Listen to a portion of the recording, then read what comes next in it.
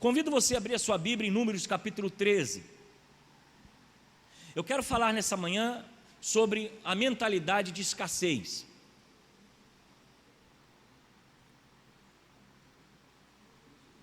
Pare de ter uma mentalidade de escassez. E o que é uma mentalidade de escassez? É uma mentalidade de que não tenho, não posso, não sei, não vou.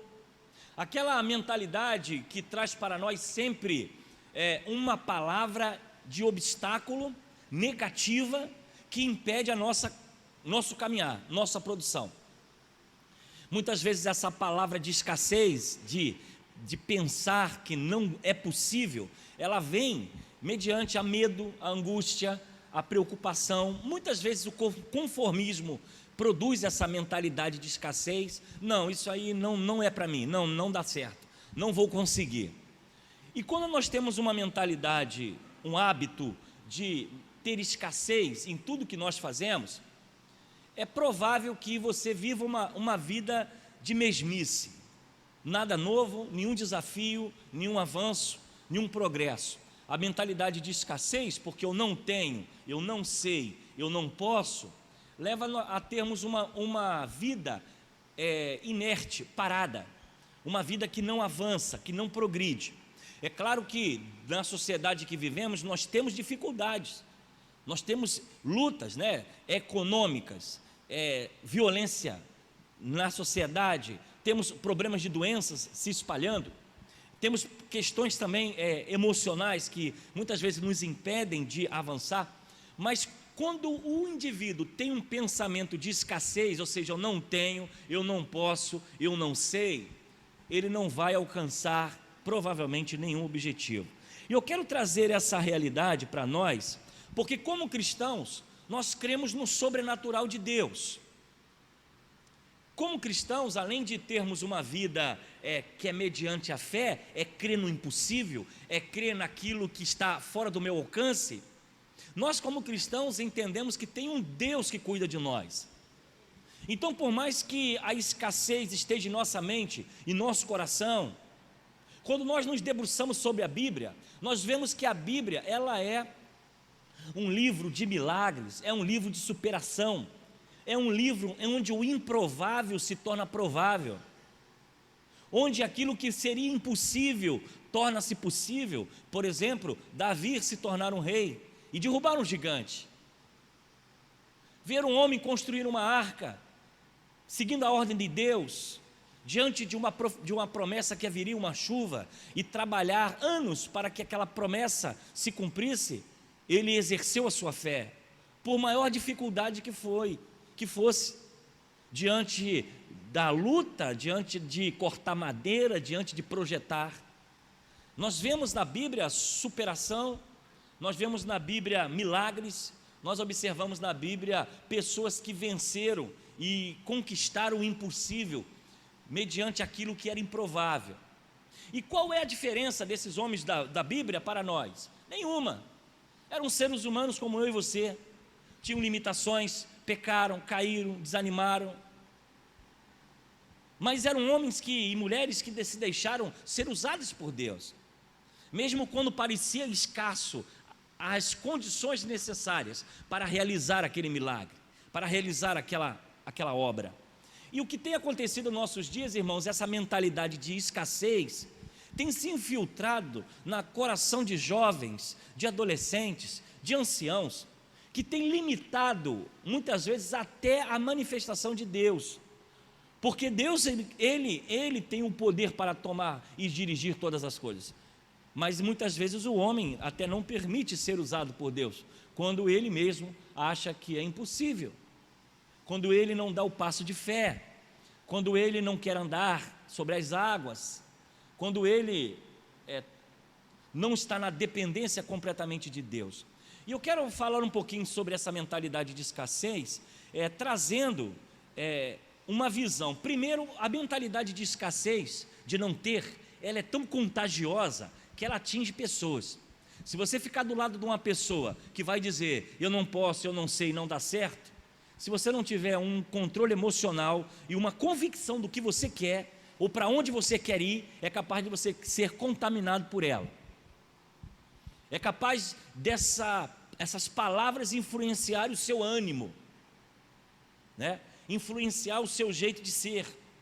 E esse pessimismo, nós vamos ver agora diante desse texto que nós vamos ler. Dependendo do seu ponto de vista, você pode avançar ou você pode desistir. E esse sentimento que muitas vezes atinge a todas as pessoas tem levado à limitação.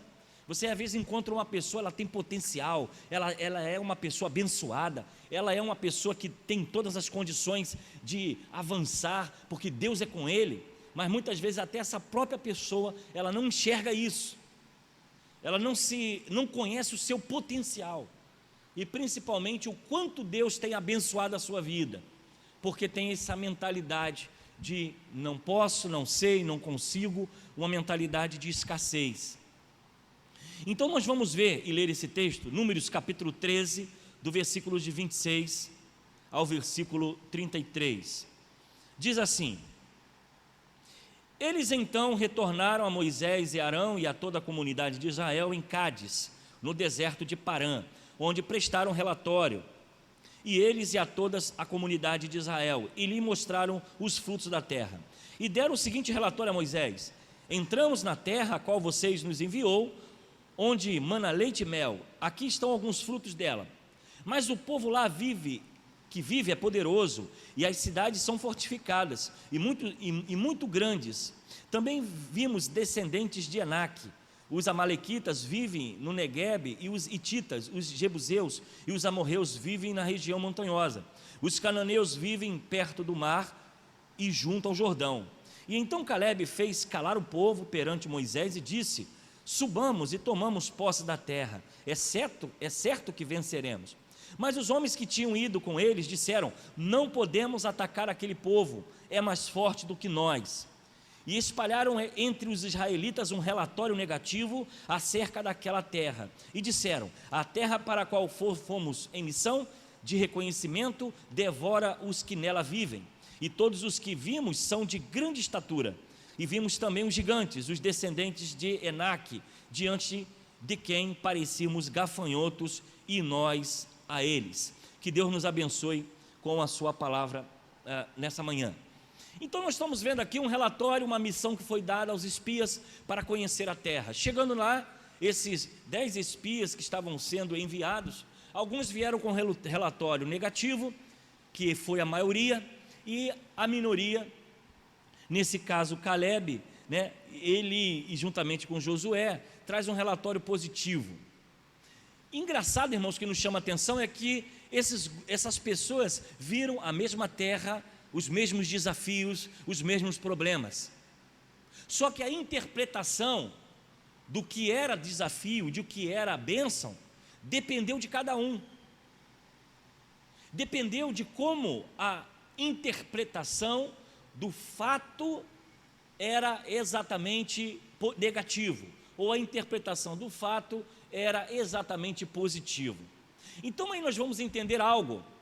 A interpretação dos fatos depende da minha visão, depende da minha formação, depende da minha cultura, depende da minha fé.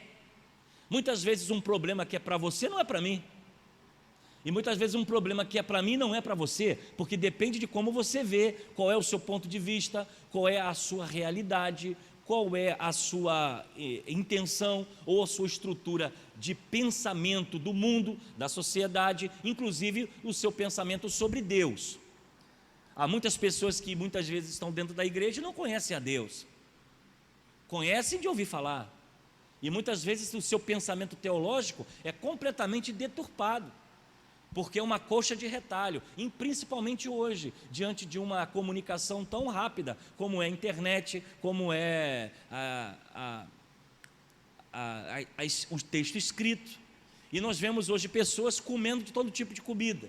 Ele vê uma palestra aqui, ele vê uma palestra ali, ele gosta de um preletor, ele gosta de um pastor, ele gosta de uma situação, de uma mensagem, e ele vai aderindo a isso, ele vai absorvendo isso, e ele vai construindo o seu Deus, não diante de uma visão da sua igreja, da sua doutrina, não diante de uma visão daquilo que é uma visão cristã correta, e ela vai construindo o seu próprio Deus. Então, mediante a sua construção, vai influenciar o seu modo de viver, seu modo de agir e seu comportamento. E aí nós temos agora essa mentalidade de escassez: não tenho, não posso e não consigo.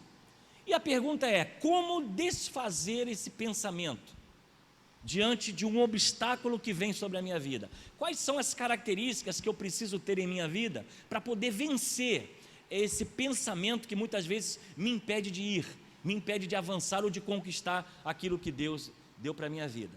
Esse texto vai nos trazer essa visão. Havia ali dois homens que têm um ponto de vista principalmente positivo. Ele vai dizer o seguinte: bom, a minha construção de fé me leva a entender no sobrenatural, e eu vou realizar esse fato mediante a minha fé. E outros não. E agora eu quero fazer com os irmãos esse apontamento dentro desse texto, usando alguns versículos. Primeiro, como quebrar a mentalidade de escassez? Versículo 13, capítulo 13, versículo 30.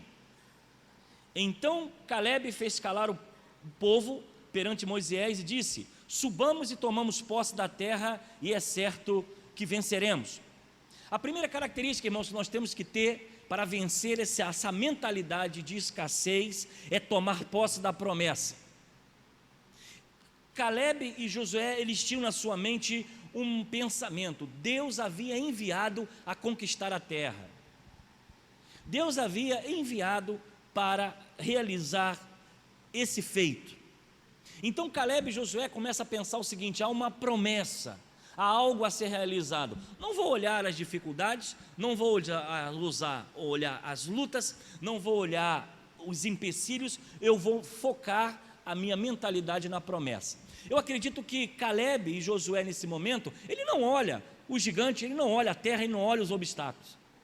O que ele faz? Ele olha exatamente aquilo que Deus havia decretado para ser feito.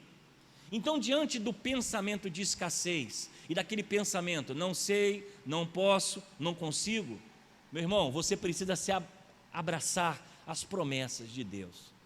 Quando nós temos a visão da promessa e sabemos qual é o nosso chamado, para onde Deus está nos enviando, qual é o caminho que devemos seguir, o que Ele exige de mim, as coisas ficam mais fáceis. Porque se você olha o gigante, você não consegue cumprir a promessa, você não consegue realizar a obra na sua vida. Então, o primeiro conselho que eu quero deixar para você nessa manhã é que quando você estiver diante de um desafio, a sua mente te diz: não posso, não consigo, você precisa se agarrar nas promessas. Porque se Calebe e Josué, ele olha o mapa, a estrutura, o que está acontecendo, ele não iria avançar. Muitas vezes tudo parece negativo, mas é exatamente aí, irmãos, que Deus quer fazer um milagre em nossa vida. Sabe para quê? Para mostrar o seguinte: não é você, não é a sua capacidade e não é a sua inteligência, e também não é o seu dinheiro. Muitas vezes Deus nos leva à beira de um abismo para dizer o seguinte: agora você não tem para onde ir, você só depende de mim. E Deus trabalha desse jeito com cada um de nós. Mas quando o medo, quando olhamos para os lados e a escassez, a dificuldade de alcançar aquilo nos abate, a primeira coisa que nós fazemos, nós não conseguimos andar, nós vamos afundando, como foi aquele discípulo que tentou andar sobre as águas. Se ele tivesse olhado para a promessa, para a voz de Jesus, venha, ele talvez teria conseguido, mas ele foi olhar para o vento, ele foi olhar para as circunstâncias, e as circunstâncias levaram a ele ir afundando. Então, a primeira palavra nessa manhã, para um hábito, para uma mentalidade, para esse ano que você precisa aplicar em sua vida: tenha a promessa do Senhor em primeiro lugar em tudo aquilo que você vier fazer. Segundo, para quebrar essa mentalidade de escassez, não posso, não consigo, não sei, não vou, você precisa viver uma vida correta diante do Senhor. Olha o que diz o versículo de Números 14, 7 de 7 a 9. Agora vamos sair um pouco do texto, vamos avançar um pouco mais. De 7 a 9, diz assim: e disseram a toda a comunidade dos israelitas: a terra que percorremos em missão de reconhecimento é excelente, e se o Senhor se agrada de nós, Ele nos fará entrar nessa terra, onde mana leite e mel, e dará a nós. Somente não sejamos rebeldes contra o Senhor, e não tenhamos medo do povo da terra, porque nós os devoraremos como se fôssemos pão, como se fossem pão. A proteção deles se foi, mas o Senhor está conosco, não tenham medo deles. Havia uma orientação aqui: olha, se nós fizermos a vontade de Deus, o Senhor será conosco. Irmãos, essa condição ela é colocada perante o povo. Ele não fala em arma, ele não fala em máquinas de guerra, ele não fala em estratégia militar, ele não fala em quantidade de homens para a guerra. Sabe o que ele vai dizer? Se nós nos agradarmos do Senhor, nós vamos vencer essa batalha. Se nós alcançarmos esse propósito de viver na presença de Deus, o Senhor será conosco.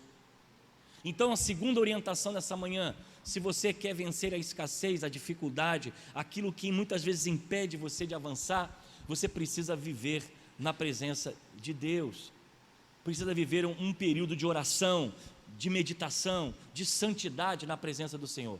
Se o Senhor se agradar de nós, Ele nos fará entrar nessa terra. Além de Caleb e Josué pensar na promessa, ele está convicto de que se ele está na presença de Deus, ele seria mais do que vencedor. Então, amados irmãos, diante das adversidades, as dificuldades que sobrevêm à sua vida, pense uma coisa: a sua vitória depende somente de Deus e depende também da sua aprovação diante do Senhor. Deus está com as suas mãos estendidas para nos abençoar. Ele é Deus misericordioso, Ele é Deus bondoso, mas exige de cada um de nós vivermos na sua presença, vivemos em santidade, para que a nossa oração seja ouvida, para que Ele possa fazer a sua vontade em nós, para que seu Espírito habite dentro do nosso coração. Então, diante daquilo que parece impossível, que você não tem condições de fazer ou de realizar, porque você pensa que há uma escassez, está faltando, pense, se debruce sobre a promessa. Segundo, simplesmente pense e debruce a sua vida em viver corretamente diante do Senhor. Terceiro conselho tiramos desse texto, capítulo 14, versículo 9, diz assim: somente não sejam rebeldes contra o Senhor, e não tenha medo do povo da terra, porque nós o devoraremos como se fosse pão. A proteção deles se foi, mas o Senhor está conosco, não tenha medo deles. A terceira orientação que nós precisamos ter para vencer a mentalidade de escassez é confiar sempre no poder do Senhor. Confiar sempre no poder do Senhor. Então, essa visão de Josué e Caleb, é simplesmente da proteção do Senhor diante do dia mau. Não tenha medo deles, porque o Senhor está conosco. Muitas vezes, amados irmãos, nós vivemos essa dificuldade de avançar e dar um passo na nossa vida. Nós cantamos muito, nós lemos muitos livros, nós temos acesso à literatura boa, graças a Deus hoje, que nos ajudam a ter uma visão de Deus. Nós temos acesso a vários cursos, temos acesso a várias palestras, pregações na internet de todo tipo. E eu quero dizer uma coisa, irmãos, tenham cuidado, irmãos, com isso. Temos acompanhado o curso de teologia daqui da nossa igreja, pela Faculdade Batista de Campos, a FABERJ, junto com o Seminário John Ruiz. Nós temos visto isso, a nossa classe ela é mista, ela tem batistas, tem de outras denominações, e isso é muito bacana. Nós temos analisado, irmãos, como tem sido difícil o tempo de hoje. Há muita oratória bonita, até de pastores conservadores. Há muita palavra bacana, que nos emociona, que nos bota para cima, mas muitas vezes que traz uma visão de morte espiritual, morte da visão de quem é Deus. A necessidade de nós conhecermos a palavra e vivermos o estudo bíblico é porque na hora, irmãos, que uma notícia mal chega para você, o que você pensa de Deus, a sua interpretação do problema é que vai gerenciar a sua emoção. Há pessoas que quando não estão vivendo crise são poderosas, fazem coisas tremendas, têm uma postura de completamente força, até que o dia mal chega. Porque teoricamente nós podemos conhecer muitas coisas, mas somente quem passa pela prova, quem passa pelo fogo, quem passa pela dor, é que vai saber exatamente o que é isso. Então, quando nós pensamos e sabemos e conhecemos sobre quem é o nosso Deus, é que vai gerenciar completamente a nossa vida, diante da escassez e diante das dificuldades. Caleb e Josué são dois homens que têm completamente intimidade com Deus. Eles conhecem quem é Deus. Eles não olham as circunstâncias, eles olham de quem é o Deus que eles acreditavam. Que diante do gigante, da terra-mar, diante daquilo que estava sendo de difícil naquele momento de luta, de trabalho, para conquistar um momento de ruim, mal, de batalha, eles não olham as circunstâncias, eles olham o Deus que eles servem. E isso precisa ser aplicado em nossos dias, quando a doença chega, quando o desemprego chega, quando o momento de luto chega, quando o momento de dor e separação se aproxima, quando estamos vivendo uma crise econômica, uma crise financeira, quando olhamos para o lado e não temos saída. Esse é o dia mau, esse é a terra que temos que conquistar, de superar, de vencer. Agora, se você não conhece o seu Deus, se você não sabe quem Ele é, provavelmente você vai sucumbir diante do dia mau. E Josué, ele nos passa, e Caleb, exatamente essa visão, amados irmãos, que eu quero concluir nessa manhã e deixar para você. Diante da escassez, você precisa tomar posse da promessa. Deus é contigo. A Bíblia diz: estarei convosco todos os dias, até a consumação dos séculos. Ele é um Deus presente. Segundo, viva uma vida correta diante do Senhor. Caleb fala, Josué fala, se nós formos aprovados por Deus, Ele vai nos fazer vencer. Ou seja, rebeldia, pecado, precisa ser retirado de nossa vida, para que a glória de Deus se manifeste de forma completa. Terceiro, no dia da mentalidade que não consigo, não sei, não posso, não tenho, você precisa confiar sempre no poder do Senhor. Confiar que Ele é o Deus que tem a direção de todas as coisas. Que o Senhor te fortaleça, que o Senhor te abençoe, que o Senhor te dê segurança quando você olhar a terra da sua vida, do seu futuro, e olhar que há gigantes, que há lutas, que há dificuldades, que você possa simplesmente confiar na promessa, viver uma vida correta e ter confiança no poder do Senhor.